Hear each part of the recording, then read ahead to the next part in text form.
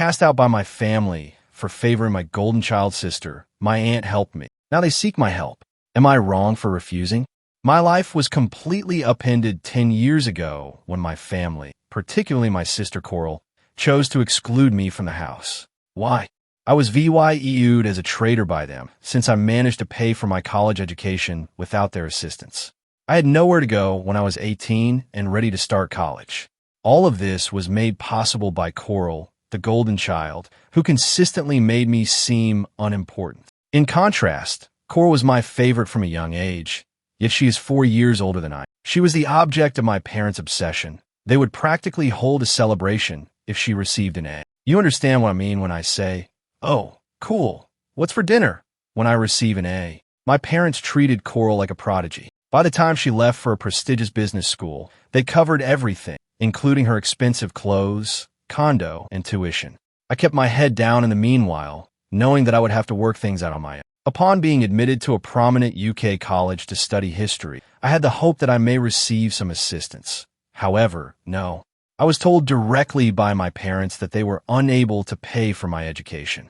Although I recognized the high cost of college, their refusal to even co-sign a loan really infuriated me. I only asked them to help me escape a lifetime of debt, not to cover everything. However, they declined. Their logic. They were also hoping to launch a small business at the time, so it seems that all of their resources were going toward that. We already paid for Coral's college. We have to think about our future now. I was stuck. When it came to me, my parents were all about being frugal and responsible. I didn't want to miss the opportunity to attend this college, but it felt like they were purposefully creating barriers. My parents had no difficulty spending a lot of money on. I had no choice but to ask my Aunt Bernice, my dad's older sister. Bernice is the total antithesis of my parents. In addition to being a brilliant neurosurgeon, she is also quite grounded. There was always this strange tension between her and my parents. They would pretend to be kind at family get-togethers, but it was OBVYS they were angry with her success, especially my dad. He detested being overshadowed by her. At first, I didn't want to engage Bernice, but I had to. I contacted her to see if she might cover my tuition. She made no hesitation at all. "Of course, I'll help. Why didn't you come to me sooner?" I was afraid my father would learn. He would go crazy if he found out that I had asked Bernice for money behind his back. I, therefore, pleaded with Bernice to keep it a secret. I believed I was safe for a while. I had paid my tuition and was preparing to go to school. Coral then made the decision to sabotage everything. I'm still not sure how she learned that I had asked Aunt Bernice for assistance, but she did.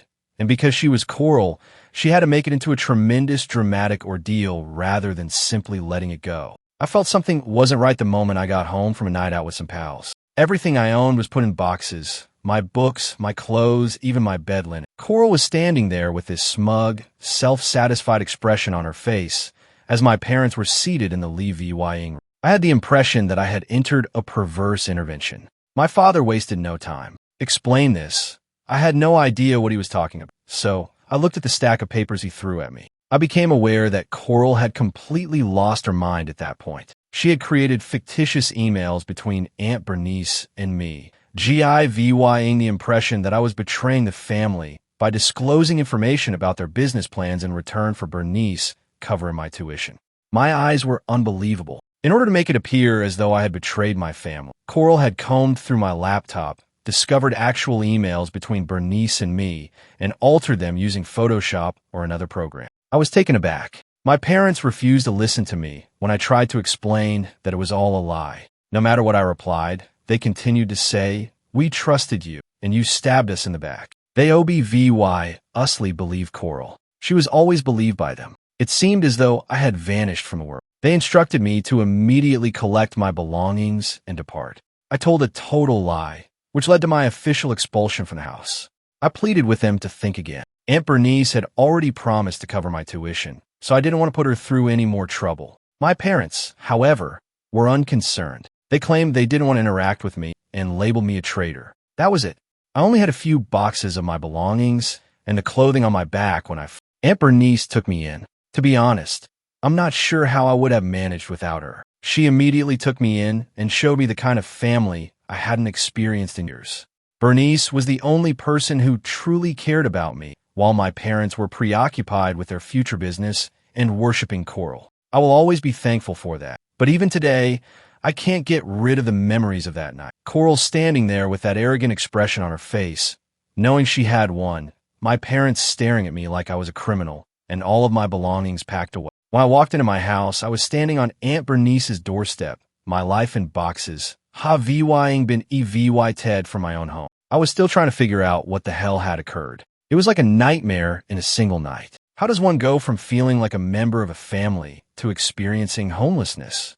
Even though the entire situation seemed bizarre, I couldn't claim to be all that shocked. Although my parents had always made it apparent that Coral came first, I never imagined it would go this far. Being the angel that she is, Bernice embraced me wholeheartedly. She didn't pry or ask a lot of questions. She simply told me that her house was mine for however long I needed. After realizing how hurt I was, that type of generosity really got to me because I knew at that moment that I had never experienced anything like that from my own parents. I thus took up residence with Aunt Bernice. Initially, waking up in her guest room and seeing a house that wasn't mine felt weird, but as time went on, it began to feel more like home than the location where I was raised. As we talked about everything, we got closer. As it happens, I had no idea how much Aunt Bernice knew about my parents' actions. For years, she had avoided them and only attended family gatherings out of duty. She revealed to me something that completely shocked me. My father had harbored animosity toward her long before I was even born. It had always been Bernice's turn. She attended medical school, married a wonderful man who tragically died young, and created a wonderful life. My dad was doing all right in the meantime, but he constantly felt like she was taking center stage. He was strangely competitive whenever they met. According to Bernice, their relationship had basically devolved into a contest to see who could appear more attractive to the other members of the family. However, my dad hated his sister rather than being proud of her, and it wasn't just about jobs. He felt dominated in practically every aspect of life,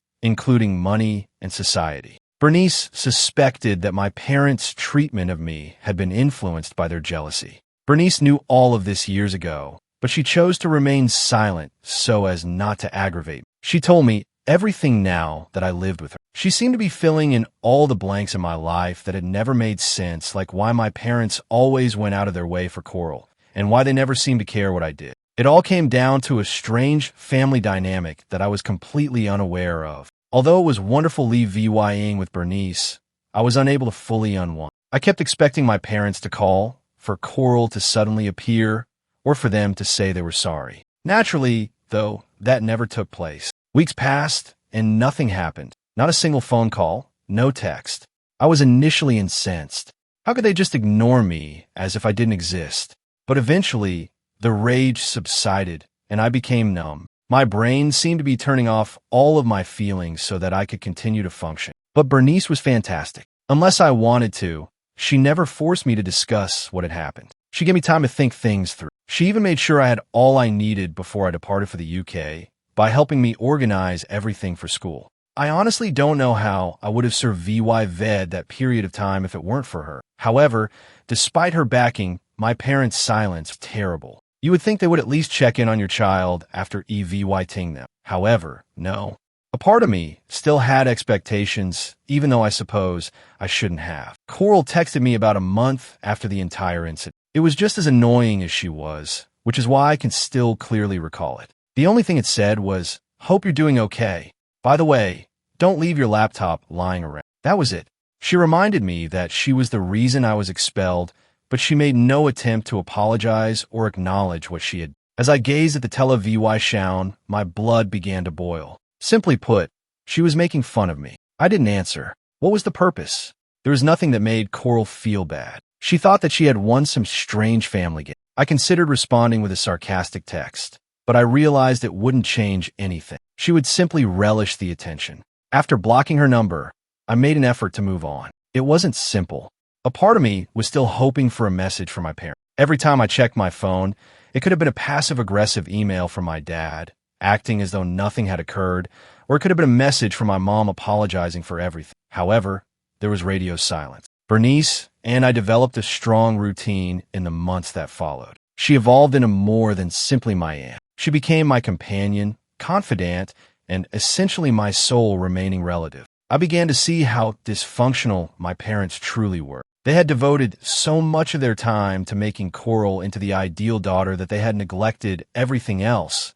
It would be too late for them to correct it when Coral made a mistake, which she would eventually. As I was preparing to leave for school, I received a second message, this one from my father. The message was brief and straightforward. Good luck in the UK. That was it. No explanation, no apology, nothing. It was like being slapped across the face. All he had to say after everything was, good luck. I didn't even know how to react, so I didn't. I try not to worry about it and simply erase the message.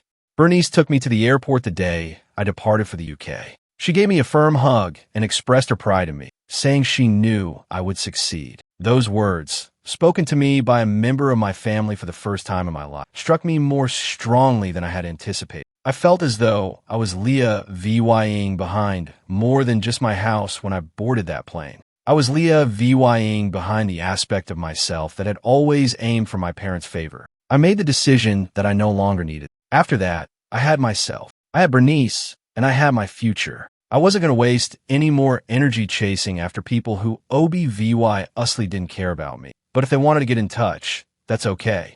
I was finished. The UK was a terrific place to live. I made some friends, adapted to college life, and stopped worrying about my family all the time for the first time in years. Although I can't claim to have forgotten about them, I can say that I wasn't thinking about them much. I was concentrating on my education, planning for the future, and simply attempting to live a life free from the stress of being my parents' shadow. Naturally, though, something had to happen and ruin everything, just as everything was going well. I came back to my hometown after graduation, got a fantastic, well-paying job, and then my mother called. Yes, my mother, the same woman who had stopped talking to me ever since I was expelled. It came as a complete surprise. My phone buzzed while I was reviewing some notes for a paper in my dorm room. For a while, I thought I was seeing things when I saw her name. My thoughts were racing as I gazed at the Tele-VY sound. Do I have to respond to it? Disregard it? Why was she calling me now after all that had transpired? I gave it a few more rings, then I took up against my better judgment. Hello, I answered, attempting to sound composed despite my racing heart. She was unsure of what to say, as seen by the delay on the other end. At last, she spoke something. Hey, it's your mom. Who else would it be really? However, I didn't say that. After nearly 2 years of silence, I simply waited for her to explain why she was calling. After hesitating once again, she abruptly stated, we need to talk. I couldn't resist laughing. She wanted to talk now. After all, it was really normal for her. However, despite my annoyance, I had a natural curiosity. Why was she contacting me after all this time? And what could possibly be so important? How about? I asked in the most neutral tone I could. She stammered as though she was trying to find the perfect way to say it. We, your father, and I, we want to see you. I could clearly see the direction of this. They didn't want to see me because they felt awful for throwing me out or because they missed me. They were in need of something, and I was very certain of what it was. What? I asked directly. Her delayed response just strengthened my suspicions. Her voice was quieter when she did talk, as if she was attempting to appear worried and maternal. I've been going through a difficult period with your dad. The pandemic has made things difficult. The true cause for the call was there. It was precisely what I had anticipated, financial difficulties. I knew their business wasn't doing well, but I hadn't heard much about it since I left. Bernice had stated in passing that their shop wasn't doing as well as they had hoped, and it made sense that they were VYing trouble given the pandemic. But after everything they had done to me, I wasn't going to step in and save them. All right, I spoke in a flat tone. I had no intention of making things simple for her. She began, your sister Coral has been taking care of things for us, but I interrupted her at that point, knowing where this was going. I said, let me guess, Coral messed everything up? Her response was sufficient, but there was a lengthy gap on her end. Coral had messed it up, of course. I had no idea why they were taken aback. She always cared more about how she looked than about putting in the effort. It was backfiring. They had trusted her with everything. My mother drew a breathless gasp. She said, things haven't been going as planned, and we require assistance. I chuckled. I was unable to resist. They wanted my assistance after everything, after kicking me out, interrupting me, and allowing Coral to run me over. It was unbelievable how bold it all was. Unbelievable, I whispered to myself. What's so amusing? My mother inquired, as though she was truly perplexed and couldn't comprehend why I wasn't seizing the opportunity to intervene and save the day. Are you serious? Do you genuinely believe that I will assist you? I said, raising my voice. All the feelings I had been suppressing for the last 2 years were rising to the surface, and I could feel the rage rising. Her voice faltered as she said, "We are your parents. We were not perfect, but however we require you." Even though she couldn't see me, I shook my head. Mom, you weren't simply making mistakes. I was ejected from the house by you. You trusted Coral's falsehoods about your own child. You need me now that we haven't spoken in years, and all of a sudden I'm expected to abandon everything and run after them. She was silent. She was clearly unsure of what to say. She most likely wasn't used to me advocating for myself in this way. I would have just followed their instructions when I was still VYing at home in the hopes that it would maintain harmony. However, it is no longer the case. I wasn't going to let them walk all over me again because I had changed. She spoke at last, but her voice was different. She no longer made an effort to sound kind and calm. She now sounded annoyed, as if she was surprised that I was being so challenging. Sharply, she remarked, "We steal your family. That is at least how much you owe us." The last straw was that. I responded, "I see. I owe you absolutely nothing. Go ask Coral for aid if you need it. Remember that she's your golden child." I hung up the phone without waiting for her answer. Even though my hands were shaking and my heart was racing, I experienced an odd sensation of relief. At last, I had expressed what I needed to. I wasn't going to help them sort out their mess. They could do it alone. I informed Aunt Bernice about the situation over the phone that evening. She wasn't shocked in the least. She remarked, "They had been depending on Coral for years. It was only a question of time until everything caught up with them." After a lengthy conversation, I was even more convinced and said that I had made the proper choice. My parents were now suffering because they had favored Coral above me. Even though that seemed harsh, I wasn't responsible for correcting their error. I felt free for the first time in a long time. I didn't require their acceptance or approval. I wasn't going to allow them to drag me back into their toxic mess now that I had my own life. I had survived their betrayal. Therefore, I had done my part. It was their time to face the repercussions now. First update. After that phone conversation with my mother, I believed that the family drama was over. To be honest, I was pleased with the way things turned out. At last, I had defended myself and stated unequivocally that I would not serve as their safety net. I assumed they would simply give up and resume relying on Coral. However, I didn't account for my sister's capacity to stir things up. Coral wasn't going to let me get away with it, of course. Something strange happened around 2 weeks after my mom and I spoke on the phone. A knock on the door interrupted my otherwise uneventful Saturday afternoon while I was tidying up around my house. I don't get many VY sits anymore. I was a little perplexed because I live alone and most of my friends know to text before they VY sit. When I peered through the peephole, guess who was there? Yes, Coral. I briefly believed that I might be seeing things. Why had she come here? With the exception of that one dumb text concerning my laptop, she hadn't spoken to me in years. So why was she now showing up at my door as if nothing had happened? Although my first instinct was to ignore her, I knew Coral well enough to know that she would stay until she achieved her goal. Before I could say anything, she grinned as if we were best friends. As I opened the door, "Hey," she exclaimed, sounding vivacious and phony. A long time has passed. I was totally unprepared and just stared at her for a moment. "Yes, it has, Coral. What are you doing here?" She had this incredibly charming look on her face, as if she believed she could win me back with charm. She tilted her head slightly and continued, "I wanted to talk. May I enter?" I remained in the doorway with my arms crossed. "How about?" I asked, trying to sound as impartial as I could. For a moment, her smile wavered, but she immediately got it back. She tried to seem nonchalant as she said, "Come on, maybe we should just speak inside. It's crucial." I ought to have declined. I ought to have told her to go at that very moment. However, my curiosity overcame me. I didn't bother making her feel welcome, but I moved aside to let her in. I didn't ask if she wanted something to drink, and I didn't offer her a seat. After everything she had done, she was fortunate that I was still allowing her to enter my space. As she entered, she seemed to be taking in the space. She seemed to be trying to strike up a conversation when she said, "Nice apartment." I didn't answer. I wasn't here to make friends. "All right, Coral," I responded, cutting right to the chase. "What are you looking for?" She let out a loud sigh, as if she was already worn out from the game she was playing. She folded her arms and replied, "Mom told me about your conversation. You know, she's pretty upset." I arched an eyebrow. "Angry Coral? She threw me out of the house. What is it that she must be upset about?" As if I were the one acting irrationally, Coral rolled her eye. "Look, I'm not here to go over anything again. Both of us are aware that you have always been challenged. The casualness with which she said that nearly made me chuckle hard. I said it again. Are you for real? Now to get me expelled from the residence you made up email. Is that challenging? She dismissively waved her hand. That's from long ago. I came here in order to put things right. Uncertain if I had heard her correctly, I blinked. You like to put things right? I asked, my words brimming with doubt. She nodded, as if this were the most logical thing. Yeah, she answered. I think it's time to move past the family issues, even though I realized they got complicated, and I may have overreacted at the time. What I was hearing was unbelievable. Do you believe that you overreacted? I spoke, straining to maintain a steady tone. You ruined my relationship with our parents, Coral.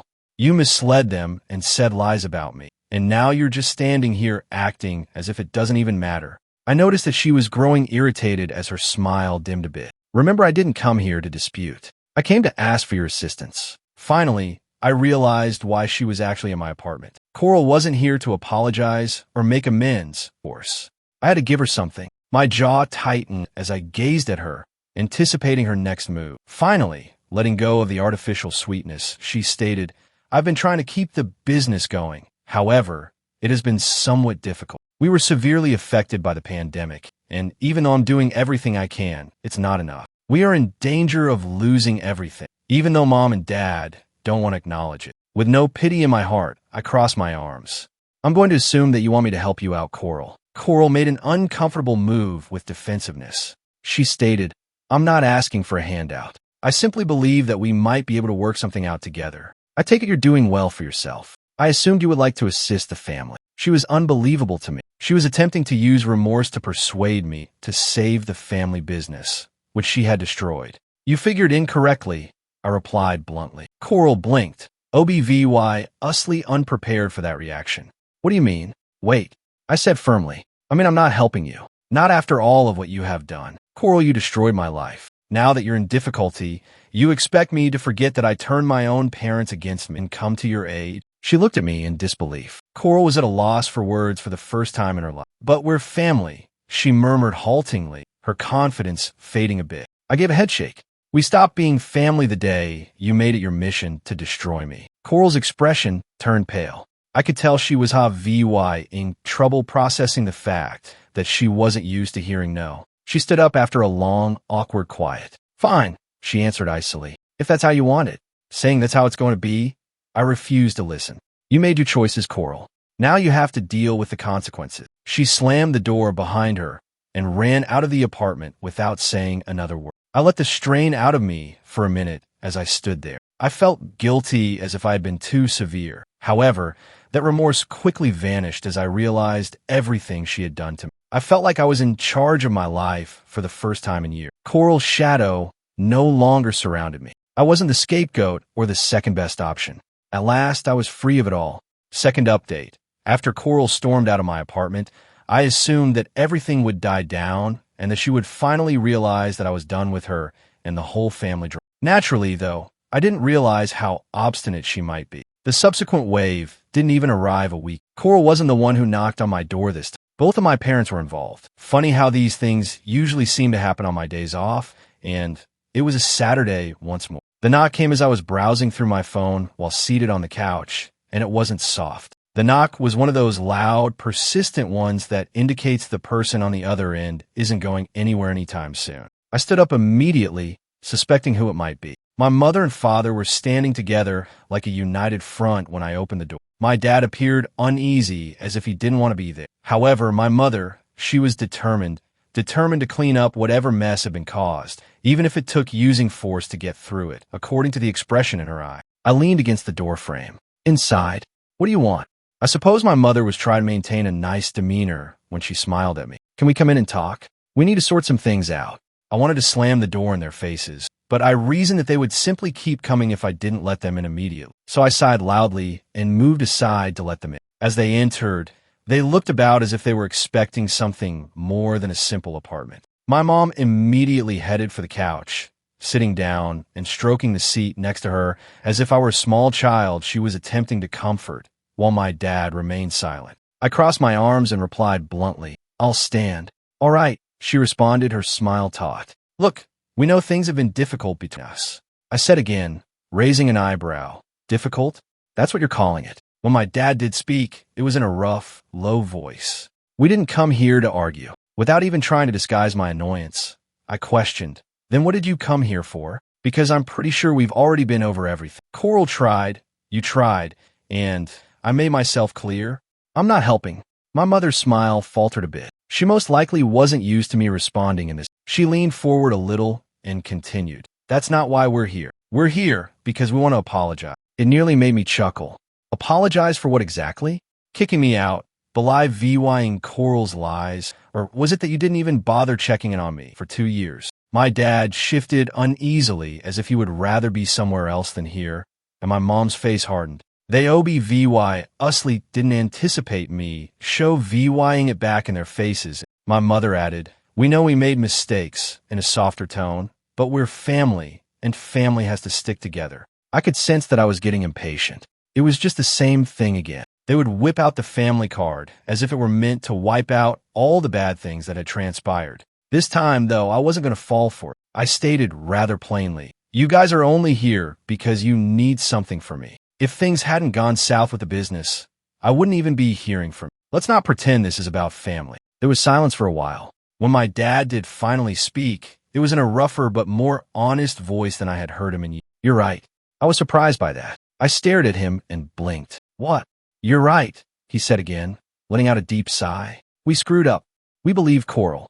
We pushed you out, and we didn't even think twice about it. And now things are falling apart, and we're desperate. I was at a loss for words. I didn't think you would be clean about it. In contrast, my mother appeared to be attempting to maintain her composure. She OBVY usly hadn't anticipated that he would simply put everything out that way. I added, I appreciate the honesty. Following a lengthy silence, but that doesn't change anything. Then with a sharper voice, my mother interrupted. It doesn't change the fact that we need you and you owe us after everything we've done for you. Once more, that feeling of entitlement was present. They genuinely thought that simply because they were my parents, I owed them something, as if the years of disregard and partiality had no bearing, and that I should help them out now that they were VYing problems. I don't owe you anything, I stated. Not after the way you treated me. You made your choice when you believed Coral over me, when you threw me out and didn't even check if I was okay. Now you want me to save you?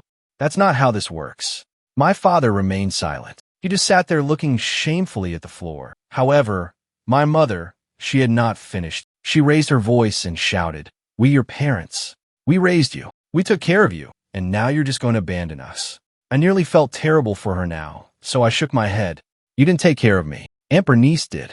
You chose Coral, and now you're stuck with her. That's on you. My mom looked like she was going to blow up, but my dad stopped her before she could say anything by placing a hand on her arm. For the first time since they entered, he looked me in the eye as he got to his feet. He answered, we understand, in a steady but dejected tone. We're not going to push you anymore. We just needed to try. I nearly felt sorry for him for a moment. That sympathy vanished, though, when I realized all they had done to me. I said, I hope you figure it out, and moved to open the door for them. But I'm not going to be part of it. My father gave a nod as if he had anticipated it. But my mother gave me one final glance, part indignant, half begging. However, she got up and followed him out when she realized I wasn't going anywhere. I shut the door after them and stood there for a while, allowing the silence to descend. I had succeeded. For the first time, I felt truly free since I had finally confronted them.